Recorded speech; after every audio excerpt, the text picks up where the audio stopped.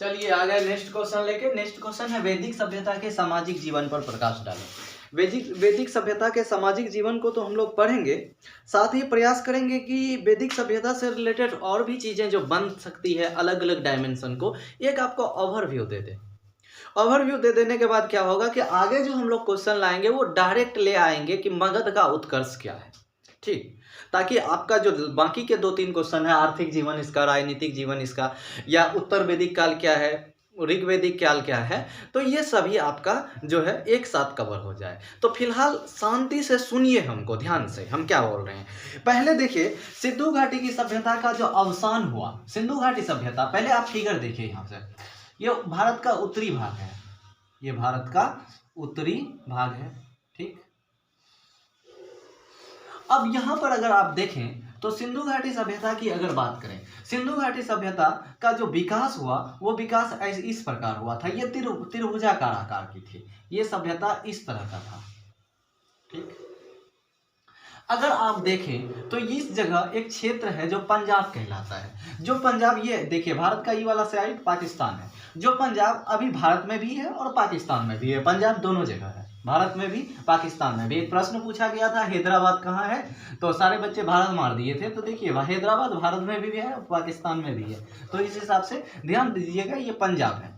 जब सिंधु घाटी सभ्यता का क्या हो गया, पतन हो गया, अवसान हो गया, क्या बोल रहे हैं हम, सिंधु घाटी सभ्यता के अवसान के बाद उत्तर भारत में सप्त सिंधव प्रदेश, कौन सा प्रदेश है ये, सप्त सिंधव प्रदेश, सप्त सिंधव प्रदेश में एक सभ्यता का विकास हुआ जो वैदिक सभ्यता कहलाता है।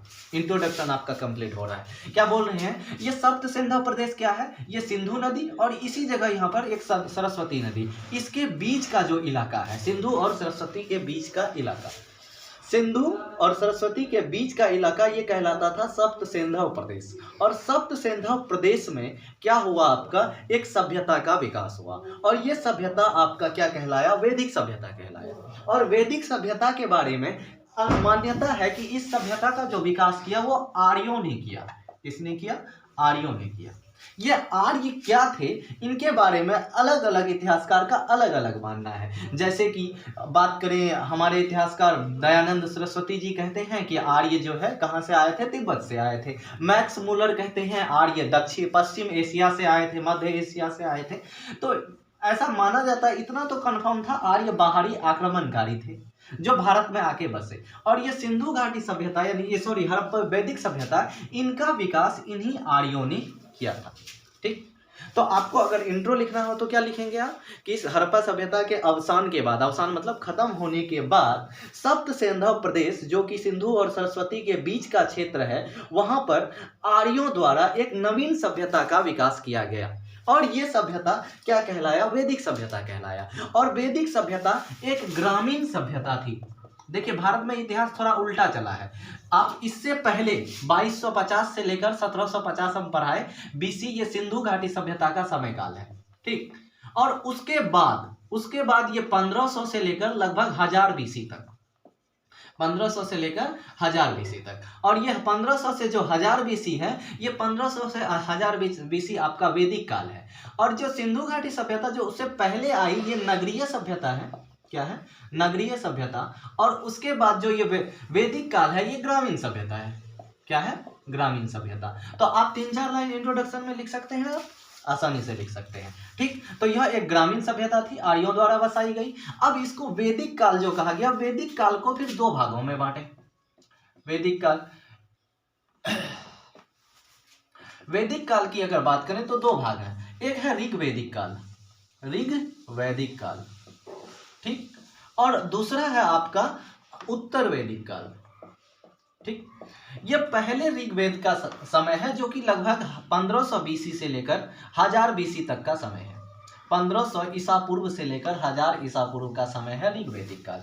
उसके बाद बात करें तो 1000 बीसी से मतलब 1000 ईसा पूर्व से लेकर 750 ईसा पूर्व तक का जो समय है वो उत्तर वैदिक काल कहलाता है, ठीक। तो अब वैदिक काल को 2 भागों में बांट दिए, ऋग्वैदिक काल एवं उत्तर वैदिक काल। देखिए ऋग्वैदिक काल ये ऐसा काल है जिसको हम लोग आदर्श समाज कहते हैं, जहाँ झक्कास वाला समाज, जहाँ कोई भी बुराई नहीं, सब मिलजुल कर रहे हैं, स्त्रियों का बराबर सम्मान, ये ऋग्वैदिक काल का है।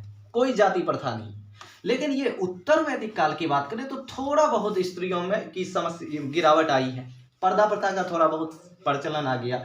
उसके बाद जाति व्यवस्था कर्म न आधारित होकर जन्म आधारित हो गई, तो लेकिन बाकी सारी चीजें सेम थी, एक थोड़ा चेंज समाज की संरचना में आई।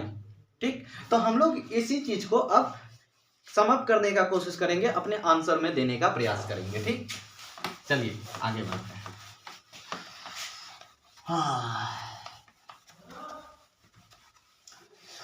इंट्रोडक्शन क्या लिखेंगे आप कि सिंधु घाटी सभ्यता के अवसान के बाद भारत भूमि, हम इंट्रोडक्शन क्या बोल रहे हैं, सिंधु घाटी इसका अवसान कर दीजिएगा। इसके बाद भारत का कौन सा क्षेत्र, सप्त सिंधव क्षेत्र, सप्त सिंधव क्षेत्र, जो क्या, जो सिंधु और सरस्वती के बीच का क्षेत्र था, वहां पर एक नवीन सभ्यता का विकास हुआ, नवीन सभ्यता का विकास हुआ। यह आर्यों द्वारा बसाई गई सभ्यता थी, आर्यों द्वारा बसाई गई सभ्यता थी।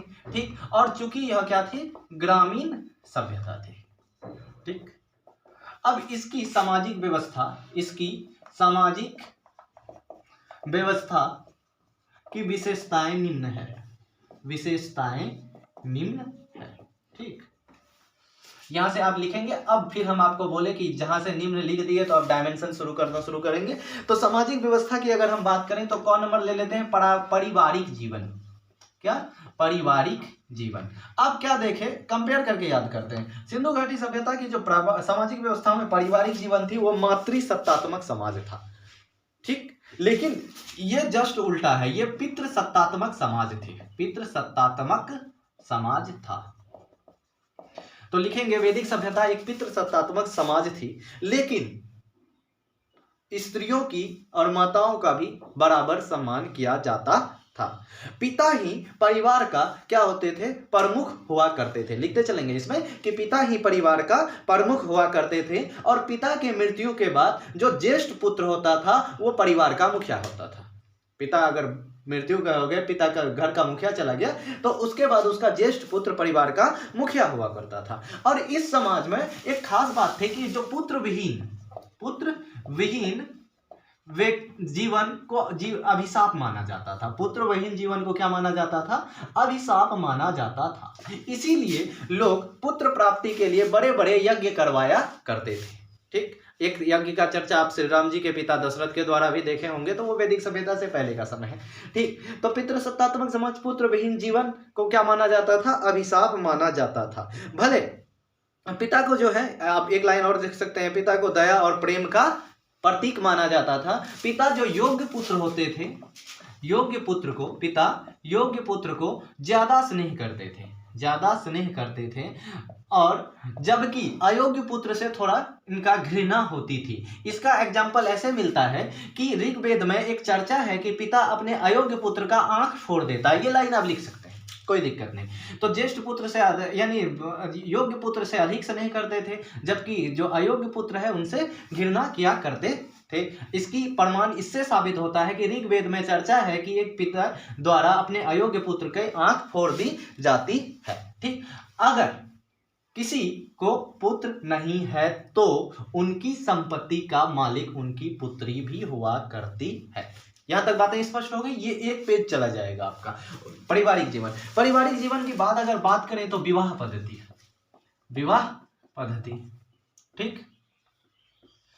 ठीक, विवाह पद्धति की अगर बात करें तो सामाजिक संस्कारों में सबसे पवित्र संस्कार विवाह पद्धति को माना जाता था।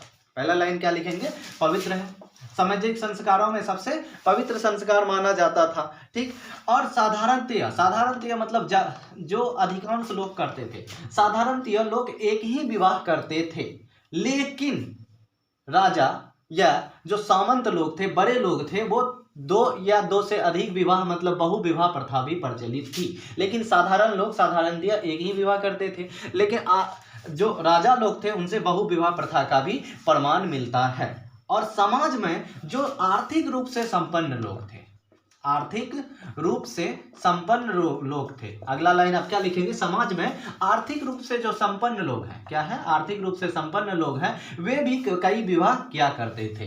अब आगे बात करेंगे बाल विवाह, विधवा विवाह का। बाल विवाह जैसी कोई भी कुरीति नहीं थी। विधवा विवाह की मान्यता प्राप्त थी, मतलब विधवा विवाह होता था लोग समाज में, ये एक अच्छी चीज थी। ठीक, विधवा विवाह होती थी। पर्दा प्रथा का कोई प्रचलन नहीं था, पहले ही बता दिए। बाल विवाह की कोई बात नहीं थी। और जाके बात करें, बाल विवाह जब नहीं थी तो पुरुषों के विवाह का उम्र 24 वर्ष था और स्त्रियों के विवाह का उम्र 18 वर्ष था। ये आपका क्या है कि विवाह के बारे में चर्चा है। और विवाह विच्छेद, जिसको आप लोग तलाक कहते हैं, जैसी कोई भी प्रथा उस समय प्रचलित नहीं थी। ठीक, अब आते हैं स्त्रियों की, ये तो विवाह पद्धति है। स्त्रियों की दशा क्या थी समाज में?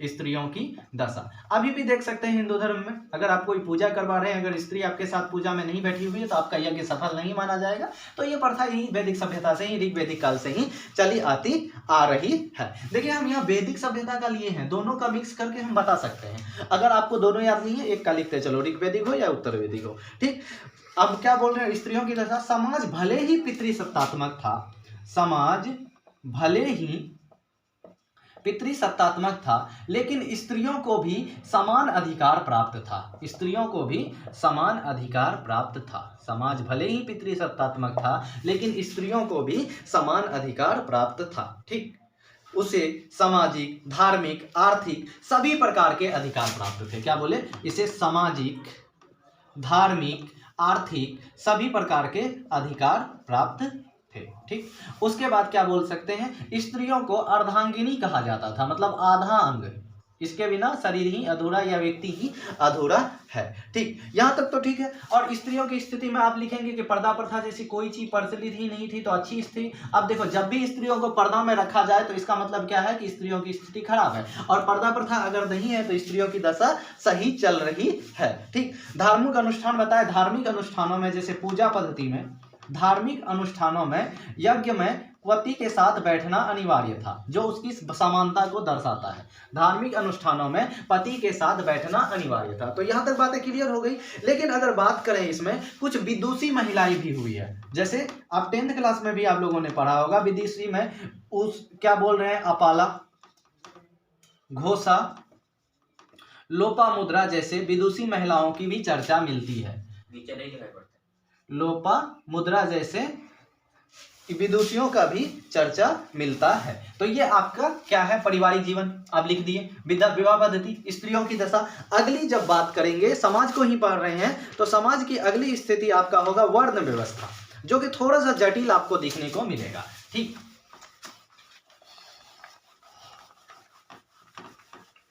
अगला हेडलाइन आप 2 नंबर क्या बनाएंगे? वर्ण व्यवस्था।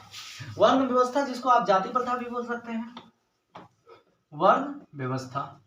ठीक, लिखेंगे वर्ण व्यवस्था से संबंधित 2 प्रकार के सिद्धांत हैं। वर्ण व्यवस्था से संबंधित क्या है? वर्ण व्यवस्था से संबंधित 2 प्रकार के सिद्धांत हैं। कौन कौन से सिद्धांत हैं वर्ण व्यवस्था से संबंधित? तो पहला सिद्धांत ये है कि जो कि ऋग्वेद में, यहां आप लिखेंगे, ध्यान दीजिएगा, ऋग्वेद में पुरुष सूक्त नाम का एक जो है अध्याय है या हिस्सा है, जो समझिए। पुरुष सूक्त में समाज में 4 वर्ण की व्याख्या हुई है। 4 वर्ण की चर्चा हुई है। और वो वर्ण कौन कौन से हैं? पहला है ब्राह्मण, ठीक, उसके बाद क्षत्रिय, फिर आपका वैश्य, फिर क्या है? शूद्र। ये 4 वर्ण की चर्चा हुई है। ऐसी मान्यता है कि ब्राह्मण, आगे आप लिखेंगे हम जो बोल रहे हैं, आगे मान्यता है कि ब्राह्मण ब्रह्मा जी के मुख से, क्षत्रिय ब्रह्मा जी की भुजाओं से, वैश्य ब्रह्मा जी की जंघा से, और शूद्र का जन्म ब्रह्मा जी के पैर से हुआ है। ये एक व्यवस्था है। क्या बोले? वर्ण व्यवस्था से संबंधित ये 2 प्रकार की मान्यताएं प्रचलित है। प्रथम मान्यताओं में ऋग्वेद में पुरुष सूक्त में 4 वर्ण की चर्चा हुई है, जिसमें ब्राह्मण, क्षत्रिय और वैश्य, शूद्र की चर्चा है। ऐसा माना जाता है कि ब्राह्मण का जन्म ब्रह्मा जी के मुख से, क्षत्रिय का उनके बाह, वैश्य जांघ और शूद्र चरण से यानी पैर से उनका जन्म हुआ है। और दूसरी जो मान्यता है, फिर आप पैराग्राफ चेंज करके लिखेंगे, दूसरी मान्यता कर्म पर आधारित वर्ण व्यवस्था है, जो काम करते हैं पढ़ाने का या पूजा पाठ करवाने का, उसे ब्राह्मण कहा गया। जो लोग काम करते थे युद्ध का, रक्षा सुरक्षा का, उन्हें क्षत्रिय कहा गया। व्यापार करने वाले को वैश्य कहा गया। और जो लोग इन सभी का सेवा करते थे उसे शूद्र कहा जाता था। ठीक, अगला अंग नंबर आप समाज में देखेंगे भोजन की स्थिति। आपको सिंधु घाटी सभ्यता में बोले थे कि शाकाहारी और मांसाहारी दोनों प्रकार के भोजन किया करते थे, लेकिन इस सभ्यता में एक खास बात यह है कि भोजन जो है वो शाकाहारी भोजन की व्यवस्था थी। शाकाहारी जब भोजन की व्यवस्था होगी तो क्या होगा, गाय की मान्यता बढ़ेगी। गाय की मान्यता क्यों बढ़ेगी, दूध, रोटी, हरी सब्जियां, या क्या बोल सकते हैं, सब्जियां, फल आदि का आहार किया जाता था। फल आदि का आहार किया जाता था। मिठास के लिए यहाँ पर गुड़ का प्रयोग होती थी। हम सिंधु घाटी सभ्यता में बोले मिठास के लिए शहद का प्रयोग, यहाँ गन्ना का खोज हो चुका है। ठीक, मिठास के लिए गुड़ का प्रयोग किया जाता था। ठीक, और जब बात करेंगे मकान की, मकान जो है हम क्या बोले ना, ग्रामीण सभ्यता है तो लकड़ी और फूस का घर बना हुआ होता था। ज्यादा मजबूत घर नहीं थी, लेकिन प्रत्येक घर में मकान, अगर मकान एक हेडलाइन बनाए तो यह मकान जो है क्या होता था, फूस और लकड़ी का बना हुआ होता था। और ज्यादा मजबूत मकान नहीं थी, लेकिन प्रत्येक घर में अग्नि कुंड अनिवार्य रूप से होता था। हम बोले वैदिक सभ्यता है, लोग वेद पाठ करेंगे, पूजा करेंगे, तो अग्नि कुंड अनिवार्य रूप से होगा।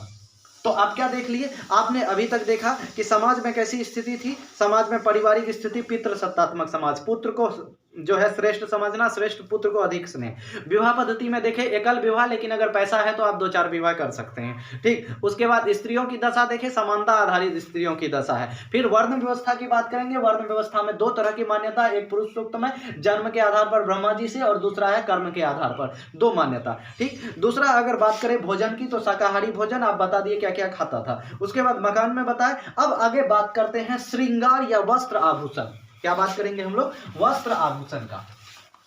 पूरे सामाजिक व्यवस्था को डिटेल में पढ़ेंगे, क्योंकि इस बार आपका यह संभावना बन रहा है प्रश्न का। वस्त्र आभूषण, चौ के बाद 6 कर लीजिएगा आप, या 6 कर लीजिएगा, जो भी है। वस्त्र आभूषण, हाँ, ये लोगों का जीवन भले पूजा पाठ आधारित था, लेकिन जीवन नीरस नहीं थी। ये लोग शौकीन हुआ करते थे। 3 तरह के वस्त्र पहना करते थे। अभी बोले क्या, वास, निविवास और अधिवास लिखेंगे। यह लोग 3 तरह के वस्त्र पहना करते थे। 3 तरह के वस्त्र पहना करते थे। कहते हैं वस्त्र आभूषण एक हेडलाइन बनेगा तो 3 तरह के वस्त्र पहना करते थे। एक है निविवास, निविवास, भीतर पहने जाने वाले वस्त्र, भीतर पहने जाने वाले वस्त्र, इनर बोल लीजिए। ठीक, उसके बाद अधिवास, ऊपर पहने जाने वाले वस्त्र। ठीक, जैकेट पहनते हैं आप ठंडे में। उसके बाद पुरुष पगड़ी पहना करते थे। ठीक, आभूषण की अगर बात करें तो आभूषण में मुख्यतः कवच, कुंडल मुख्य आभूषण थे। स्त्रियों में नुपुर, जिसको हम लोग पायल कहते हैं, स्त्रियों में नुपुर, कंगन आदि की व्यवस्था प्रचलित थी। ये वस्त्र आभूषण के बारे में चर्चा हो गई। उसके बाद हम बात करते हैं आश्रम। जो भी अगला लाइन आप बनेगा, वर्णा आश्रम।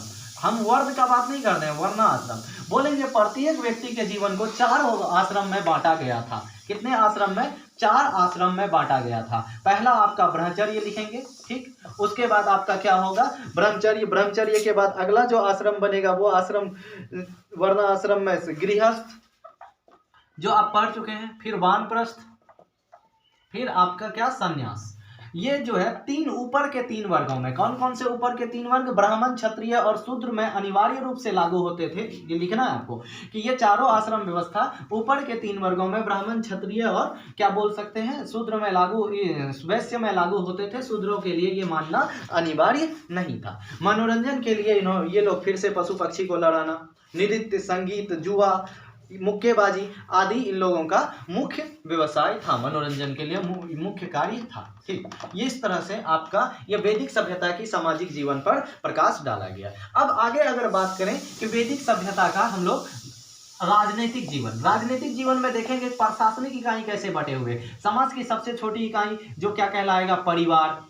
कई परिवार मिलके ग्राम, ग्राम के अध्यक्ष कौन कहलाएंगे, ग्रामिक कहलाएंगे। उसके बाद फिर क्या होगा, राज्य होगा, राज्य में कौन होंगे, फिर राजा का क्या स्थिति है, सैनिक क्या क्या स्थिति है, ये राजनीतिक जीवन में पढ़ेंगे। फिर आप धार्मिक जीवन के बारे में पढ़ेंगे कि ये लोग बहुत ज्यादा कर्मकांडी हो चुके थे।